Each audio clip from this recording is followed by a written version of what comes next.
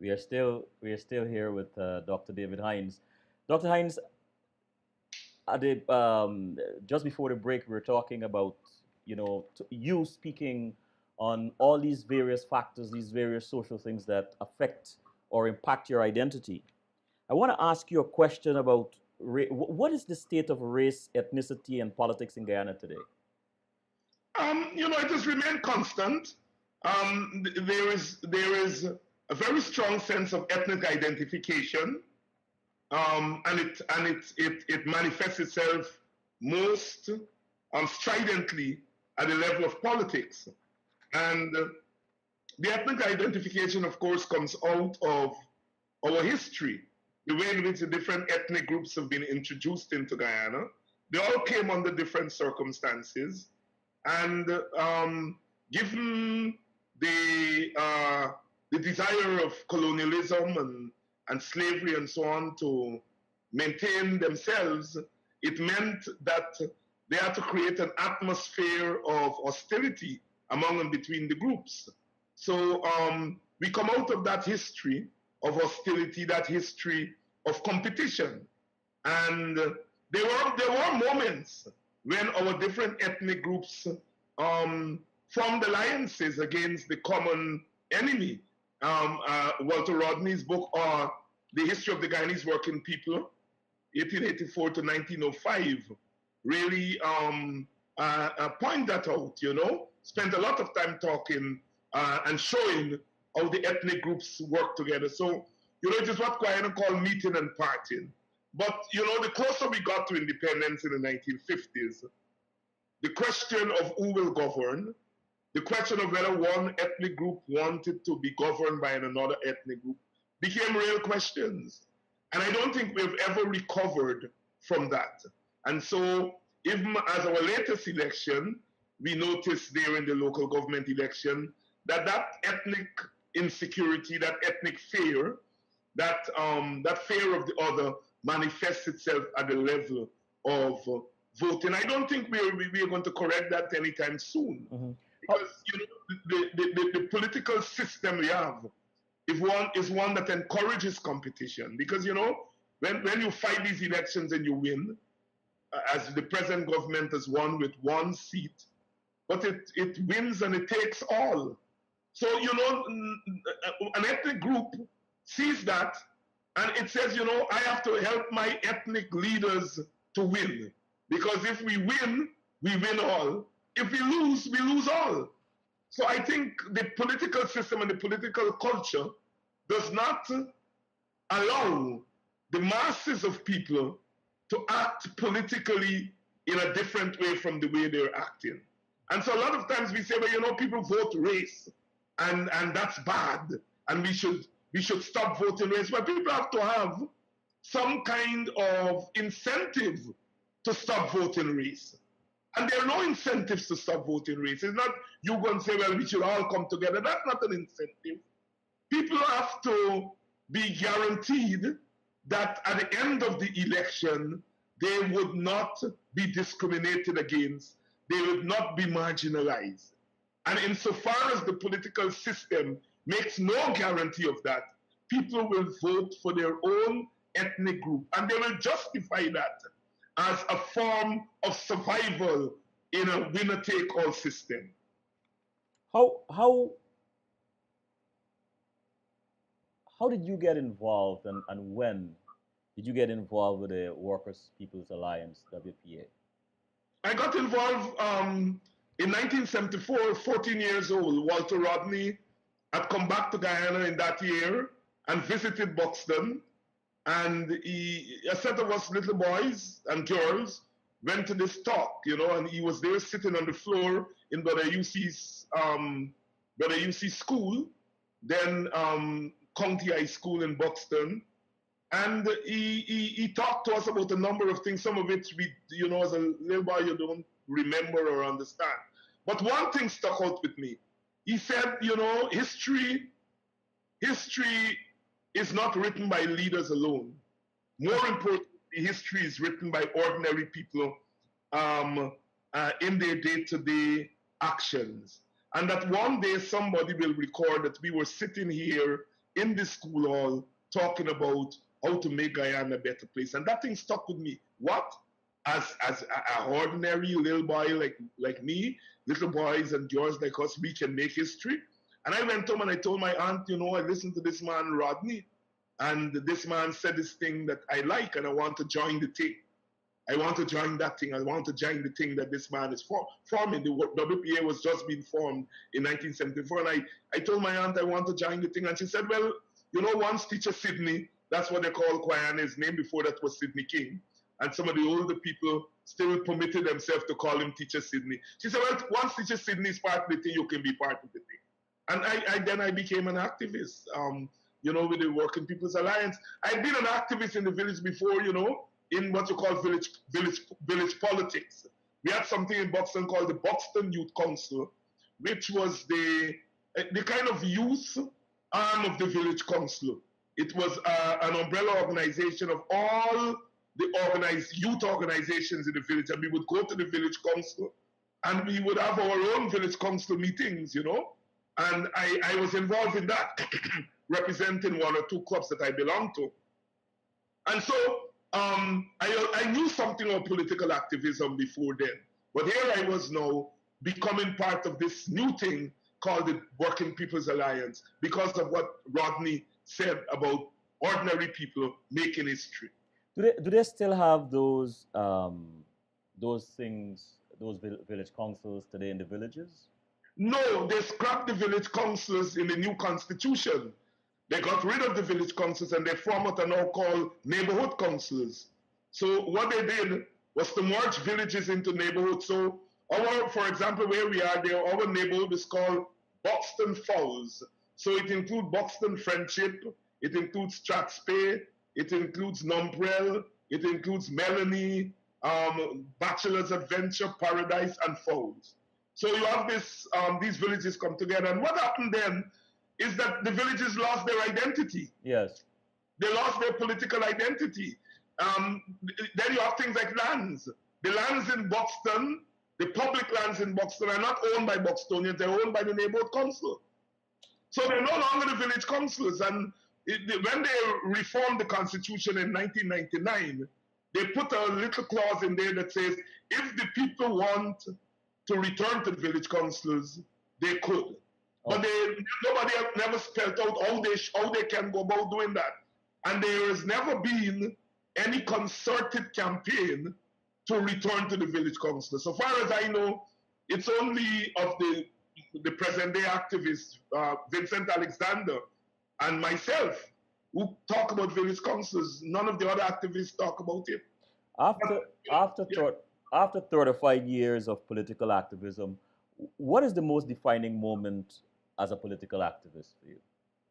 Well, you know, there's not a single defining moment. I would say, you know, there are lots of moments that are defining, and I think the entire experience is a defining experience. But I understand what your question is. There have been moments that I remember, and I mentioned the moment of Walter Rodney coming there and speaking and making that statement was important. Walter Rodney's assassination, I think, had a great impact on my own future as a political activist. The demise of the Grenadian Revolution also had a tremendous impact on what I did with my life after 1983 and so forth. But I would say the most recent event that I think was very impactful on my own politics was the change of government last year. And it was not so much the party or the parties that took over and the party that was beaten. It wasn't that. It was that, you know, we had come out of the experience of the first government, 1964 to 1992. Mm-hmm. And we made mistakes, and those mistakes that were made at the level of governance in that period were mistakes that were made throughout the English-speaking Caribbean. Here it is, we were coming out of independence and we were asking questions about the content of independence. What is it? And there were concourse of ideas. One set of people thought that, there should be reform of the colonial system. Some thought that there should be a total revolution of the colonial system. And so what we had was a clash of ideas. But I don't think we have developed the kind of democratic processes and democratic system in which we could have accommodated dissension. People saying to the government, you're wrong, and the government reasoning with people. We had not developed that, and we made some mistakes, and we had assassinations and all those kinds of things. And we felt that in 1992, we had an opening to correct those things. And to our utter disappointment, from 1992 to 2015, we had really not just a continuation of the old politics, but really an institution in the most ugly way of the old politics. And so I felt that, I struggled against that first government. And this second government, had really made a mockery of all the sacrifices that we made. And I had reached the point where, like most people in Guyana, I felt that, we had to do something drastic. And the people of Guyana, half of the population, or just over half, did something really drastic in 2015. They saved Guyana. They saved Guyana. When you look at what is coming out now with official corruption, about the transfer of public resources into private pockets, when the bloodletting during that period of ordinary people, and so forth. When you look back on that period, I think the rescue operation, I call it a rescue operation, last year came just in time. I do not think that as a country we could have survived much longer under the old regime. And so for me, that was defining when we changed, when we made that change. More important for me than 1992 when we made a change from the first government to the second one. This one in 2015 was most defining. I say it's defining partly because I was involved in some small way in trying to build a movement of people to take action on their own behalf. But to see people who are beaten down get up, dust themselves off, and says that, we are not giving up and we shall overcome, and to see them overcome. It was a beautiful moment. It strengthened my resolve, and it strengthened my confidence in ordinary working people to bring about fundamental change in society. That said, the two books you wrote, Race and Political Discourse in Guyana and Ethno-Politics and Power Sharing in Guyana, History and Discourse, two very powerful topics. Why did you write these particular books? Well, I wrote them because I had been thinking a lot about ethnicity. Mm-hmm. I had come out of the movement, the Walter Rodney movement, the WPA movement, and our philosophy was one of multiracialism, non-racialism, and so forth.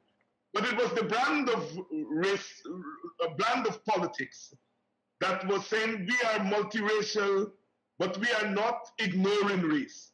We are confronting race. There are some people who say, well, race, I'm not confronting race, I'm not even dealing with race. Race doesn't exist. Well, the Rodneyite philosophy was that, we need to move beyond race, but not by race, but by confronting race in particular level of politics and society. And so, with the change in government in 1992, we had to do some self-examination, because here we were, spent a lot of time building up a multi-ethnic movement, multiracial movement, and then 1992 comes along and free and fair elections return, and instead of the multiracial movement continuing, we went right back to the ethnic enclaves. And so we had to do a self-examination. We had to look at the philosophy again of multiracialism. And my own conclusion was that maybe because of our success during the period of 1974 to 1992, because of our success in building movements, getting Indians and Africans to rally together, to work together, to engage in political struggle together, our own success meant that we took our eyes off the ball and we didn't realize that multiracialism cannot be a substitute for racial security. That while people were being multi-ethnic and multiracial, it did not mean that they'd given up their sense of ethnic security. Well, and so in 1992, I started to spend a lot more time thinking about race and ethnicity and the dynamics. And so when I got to do my master's thesis and my PhD dissertation, I engaged that topic of ethnicity, authoritarianism, and politics. And so invariably, my research work and my writings and so on tend to reflect that. Talking about some of those successes between 1970 and 1992, or what I can't remember exactly the period, but some of those successes, including the interracial marriages and some other cross-ethnic activities that are taking place in Guyana. What are some cultural and social intersections, including those, you believe can encourage amicable race discourse and put us on a path to national healing? I have sympathy for people who think that at the social level, yes, like marriage and so on, that can help the process. I have not given much thought to it. I do know, however, that the problem exists at the level of politics. It's that it's strongest at the level of politics and the economy. I'm not saying that we don't have ethnic problems at other levels, but it's at the level of the economy and the level of politics and governance that our problems manifest themselves most. And so I think that if we can allay the fears of people at those levels, then I think we can open up the possibility for a kind of racial détente. I think if we get the issue of economic inequality right, because a lot of the fears are wrapped up with economic inequality. African Guyanese, for example, are structurally left out of the economic engines of the political economy. Given where we're located in public service. We're in the period of neoliberalism and structural adjustment. We'd say government must spend less money on government. And what that means is government will spend less money on the public service. And what that means is that African Guyanese are either let off from the public service or they work for starvation wages in the public service. They're not in the private sector, because starting in the immediate post-emancipation era, they were driven out of the public sector in a structural way. Sorry, the private sector, in a structural way. And so therefore it will need government policy to get African Guyanese in the private sector, in the entrepreneurship aspect of Guyanese things and so forth. And so you have that inequality, that ethnic inequality. East Indians, for example, are not part of the military services, the police and the army and so forth. And so a significant aspect of the politics, which has to do with the security and the collective force of the state, East Indians are left out of that. So you have Africans left out of the economy, East Indians left out of the security sector, Amerindians left out of everything. And so therefore you have that inequality in the political economy. What would it take? Level that we have to try to solve the problem, to bring about a more level playing field among the ethnic groups. And I think if we do that, then that can go a long way towards to helping to improve. How challenging would it be, Dr. Hinds, to weave those three distinct strands you mentioned together? Say it again for me. I didn't hear How very challenging would it be to weave those three distinct strands that you mentioned? How very challenging would it be to weave them together? Extremely challenging. To take boldness on the part of government. Got you. government. I want to I want to ask this particular question here. It's hypothetical, but here we go. If you could be in a room with the late presidents LFS Barnum, Dr. Chetty Jagan, and Walter Rodney today, what are one particular question you will ask each of them? That's a difficult question, but because I will have so many questions for them.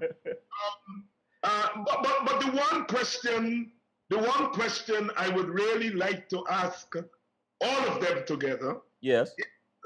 Um, uh, Give me all three of you are brilliant people. You have a sense of our history. You have a sense of our culture. Why didn't you all together think more about the collective rather than the individual? Why didn't you recognize the trap? And this question will be more for Dr. Jagan and Mr. Burnham. Why didn't you all recognize that the very political system that you all were agreeing to would tear Guyana apart? You're brilliant men. Why didn't you understand that the political system that you all were accepting from the British would in the end not bring Guyana together, but tear Guyana apart? And for Dr. Rodney, I would ask Dr. Rodney a very important question. I would ask Dr. Rodney whether, in fact, he didn't think that he needed to spend a little bit more time in trying to engage Mr. Burnham in a conversation. Let me call some leaders of the 60s, 70s, and 80s in the Caribbean. Give me a one-line response that resonates with you when you hear each names, right? Yep. Michael Manley. One of my favorite Caribbean politicians. I think more than any of the political leaders of his generation, he was prepared to reach beyond the limitations of the liberal democratic ideology of his generation. He was prepared to reach beyond that, and he was prepared to put into practice a vision for the society that he had. Dr. Eric Williams. Brilliant scholar, but betrayed his own scholarship in the sense that when he became prime minister, the ethos and the ideology that he advanced in capitalism and slavery, and from Columbus to Castro, two books that should be read by all Caribbean people, all people from the third world, that when he became prime minister, he betrayed the ideals that he set out in those books. LFS Barnum. Mr. Barnum, I think, a visionary, one who had a clear sense of where he wanted to take Guyana and that he believed in something called Guyana. But he was not able to balance his vision with a sense of democratic, a democratic ethos. He was not, he did not have the capacity to balance that vision with a sense of inclusion and how do you deal with dissension in Guyana. Eric Gary? A barefoot leader, that is, unlike the others we called just now, he was not certified in the sense he was not a lawyer, he was not part of the doctor politics and so on. And so in that sense, he represented the strand of politics, the barefoot politicians as they call them, the Critchlow and this and Butler and Gary and so forth. But like all the politicians of his generation, he had a problem in how to treat with power. And so, in a sense, took public power and personalized it. Errol Barrow. Errol Barrow, I think, is not always given the credit for modern Barbados. But I think he was the architect of what we know Barbados to be today.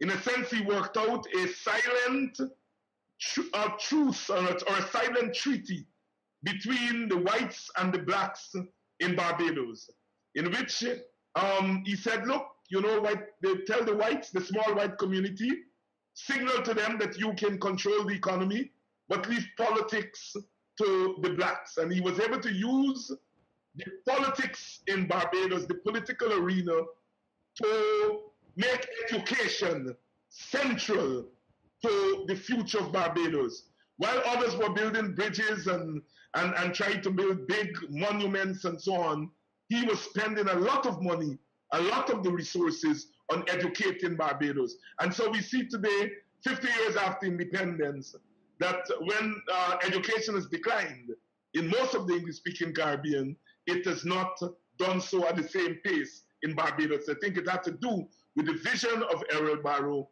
in terms of education as an important aspect of the political economy of Barbados. Dr. Fidel Castro. Certainly singular among leaders who have held political power in the Caribbean. He had the audacity, and I'm not talking about an Obama's audacity, I'm talking about the revolutionary audacity. He had the audacity to stand up against the powers of the world. And I think his greatest contribution is both building a more socially equal society in Cuba, but also standing up in the tradition of anti-colonial and anti-slavery resistance, standing up against the powers of the world. I have to throw in there Dame Eugenia Charles. Interesting figure. What a lot of people doesn't know is that Dame Eugenia Charles comes out of the Pan-Africanist tradition. Her father was a Garveyite. Oh. And she, yes, and she was socialized in that politics and so on. And although she became a rabid right-winger by Caribbean standards, when I teach Dame Eugenia to my students here in Arizona, they say, well, she's not a right-winger, she's a nationalist. What we call right-wing in the Caribbean, they don't find to be very right-wing. Yes, although she went to the right ideologically, I think she was, in the end, a nationalist. She was one of the few Caribbean leaders, along with Forbes Burnham, to stand up to the IMF. You know, the IMF tell her that, you know, she had to put tax on soap. She said, no, I'm not putting tax on soap. They tell her she must not tax cigarette and rum. She said, well, you know, I will tax cigarette and rum and I wouldn't tax soap. And a lot of that is not known because we know her as a staunch right wing and so on. But in the end, she was a very staunch nationalist. I know in the short space of time we have left, I have to ask this question. What do you think is missing, considering the dynamic of these the leaders of old? What do you think is missing in this current flock of Caribbean leaders? They're not visionaries. All the folks that you talked about there, all of them, you know, from Gary to Burnham, and I think we have to put in Dr. Jakande because he's one of the important leaders of that period. All of them, Michael Mandy, they had a vision. They believe in something called Guyana or Trinidad or Grenada or Jamaica, but they also believe in something called the Caribbean. They had a vision of where they wanted to take this post-plantation society. It was not always a vision that was grounded in a larger sense of democracy.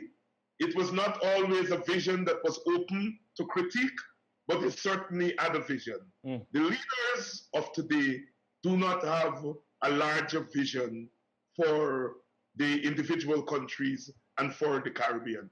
They're more what you call these days technocratic leaders, and you know, they're not grounded in any deep sense of ideology. They're not grounded in any deep sense of historical significance. Mr. Granger may be an anomaly there because he does have a sense of history and he does have a sense of of of of um, of where Guyana and the Caribbean fit in the larger global arena. And so he may be an anomaly there. But generally, I think what is missing in our current crop of leaders is they do not give off a sense of vision, a large, big sense, a large, big idea of what is it they want for our countries and for our region. You know, Dr. Hinds, I have to invite you back on my Sunday afternoon program because there's so much I want to talk to you about or ask you, and it's always a learning experience whenever we have a conversation. But just a few more questions. The young people of Guyana today, when you think of them, when you engage them, when you look at them, what is going through your mind? How are you being inspired or motivated? Very bright. They're certainly brighter than my generation. What those young people do with technology today, my generation. I mean, they're massively bright. Okay? So I just want to say that. But I think that that brilliance is not grounded. Again, the same criticism I make of the political leaders because the contemporary political leaders come out of contemporary society. That brilliance is not grounded in a larger sense of community, a larger sense of country, a larger sense of identity. And so therefore, they're not able to translate that brilliance into social action, So you take Usain Bolt, for example, who you'll never have another Usain Bolt. I mean, he's just phenomenal. But you then compare him to Muhammad Ali or Vivian Richards, and you understand that you're talking about three massively talented human beings. But the other two use the enormous stage and enormous mic that they had to say something about themselves and their society and their people. And Usain Bolt has not used his platform where the rest of the world is looking at him. And he has not used that platform to say something very important about Jamaican and Caribbean society. And it has nothing to do with him as a person. I think it has to do with the very nature of our contemporary society. Wow. You see, we have developed individuals, and individuals who think as individuals and who see their brilliance in individual terms. You see, Usain Bolt, given the nature of a society, perhaps is not thinking about that old man in Jamaica who crossed the street when he was going to school, or the teacher who held his hand and taught him to write, or the old man who prepared the ground when he was running in Jamaica. I don't think he sees the linkage between where he is now and how those people contributed to where he is now, and I think it's that missing link that is preventing him from using his megaphone. You see, when you come from Jamaica, when you come from poverty, when you come out of slavery and colonialism, and you reach the pinnacle of the world, you want to tell the world something about where you come from, right? But you first have to be conscious about that world that you come from before you're able to say something. You see? And I think that's what, in a sense, I regret about the present generation. Chris Gayle, explosive cricketer, but spends his time after beating the world, and he has a mic in front of him, he's hitting on a journalist, rather than using that mic to say something about Jamaica and the Caribbean. You know, Bob Marley uses mic every time, every minute, every day, every song. Peter Tosh. Something about the Caribbean. That's why the world notices us. And so I'm saying that not to criticize young people, but to say to young people that you have something that previous generation didn't have.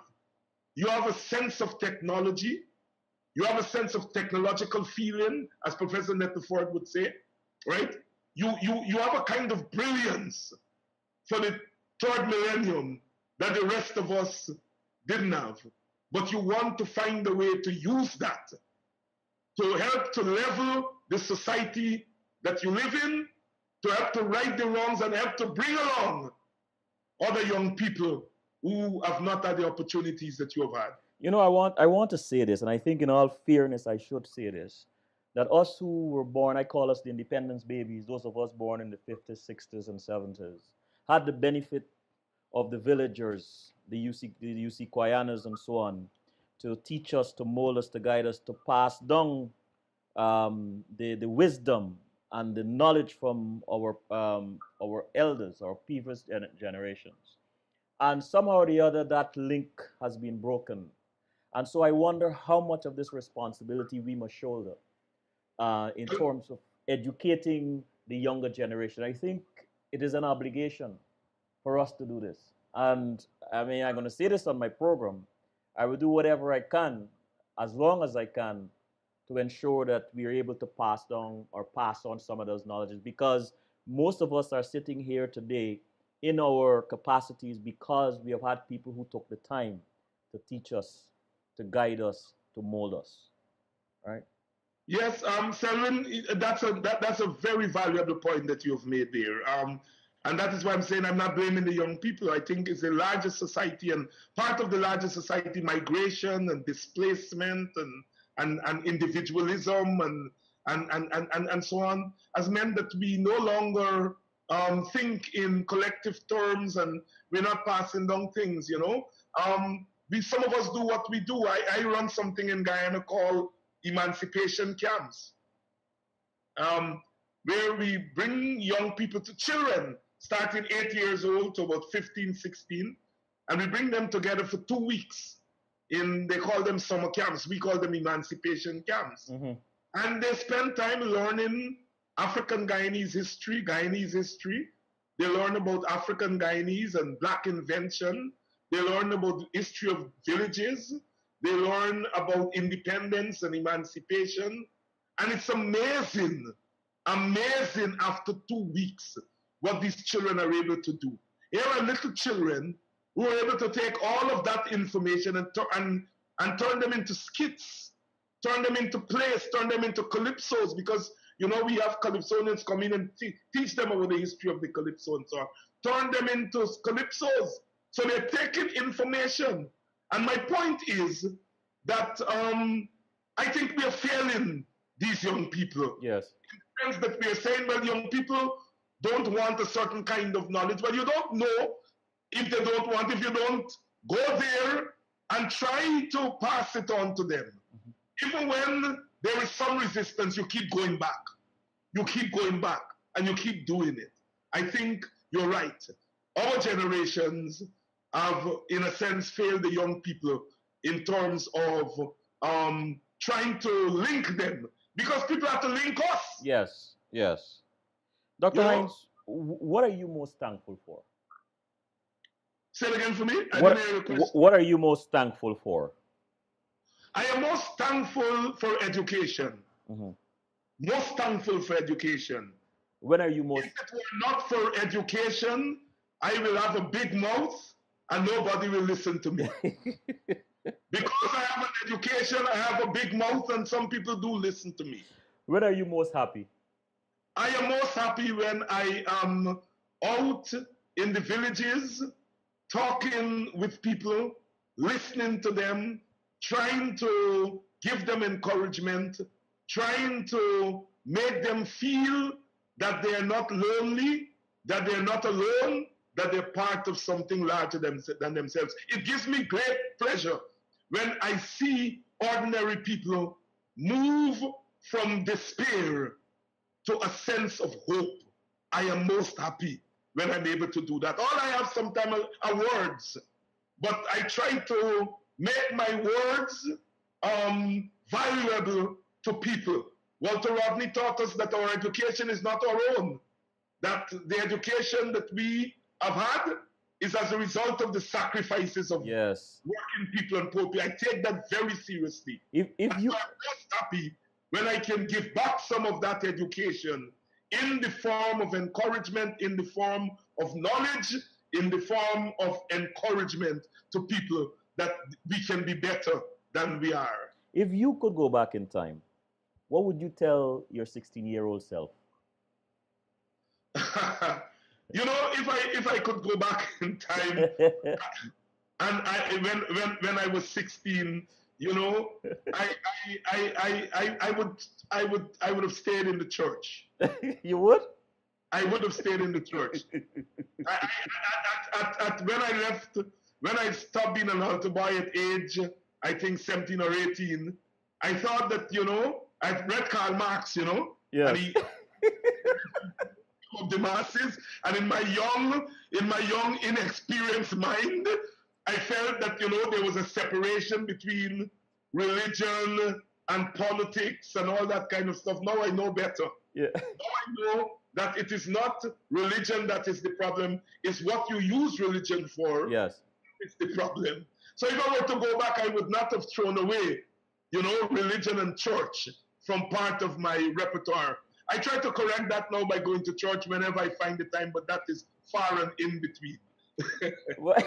What makes you laugh out loud? I laugh out loud because I still, there is something about the church. There's something about the congregation that excites me. There's something about the ceremony in the church, or even the spiritual churches that I go to when I find the time to, you know. Yes. African spiritualist, faithist kind of thing. There is something about the ceremony. There is something there that I find that clears your eyes, clears your mind, and makes the world a lighter place, makes the world a clearer place. I don't know, when I'm in church or when I'm in the presence of, you know, people who are worshiping, I have that kind of feeling, and I just can't explain it. So I laugh out loud because I really ought to be spending more time, you know, doing that kind of work, because I consider it a kind of work too. You know, you go to church, you don't have to make a speech, but just being there with ordinary people, worshiping with them, you know, says to them that, you know, these little boys and girls, they go away, they get educated, and they don't come back with us and tell us that what we're doing is obia, or don't come and tell us God is stupidness. They come here and they're with us here, and so it gives them a sense of confidence that we are, in a sense, saying that what you're all doing, they make sense. Dr. Hinds, thank you so much. Thank you very much, Selwyn. And you know, Dottie Bildam, every one of these programs, I want to encourage you, as I do with people who have the courage to take their time and their resources to put into these forms of communication, that we may not see the value of them now, we may not see the outcome of them now, but in 10 years, we may be very glad that you guys were using this technology to initiate conversations. And given all the, you know, YouTube and all the technology we have today, you say something now and it goes into the public space and lives there for a long time. Yes, yes. You're doing valuable service. Thank you so much, Dr. Hinds. Good night. Thank you. Good night. Good night.